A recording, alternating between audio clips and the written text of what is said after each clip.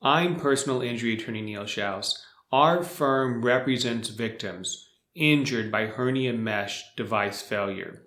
Many of these injuries have been devastating: perforated bowels, intestinal obstruction, infections, ulcers, organ damage, and chronic pain. People ask me, if I'm the victim of one of these failed hernia mesh devices and I file a lawsuit, what kind of money damages am I entitled to? And the answer is potentially 5 types of damages. I'm going to talk about those here. Number 1, compensation for all of your medical bills, including revision surgery.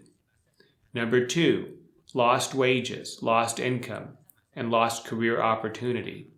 Number 3, future lost wages. Number 4, pain and suffering. And number 5, in many cases, punitive damages against the manufacturer and their distributors.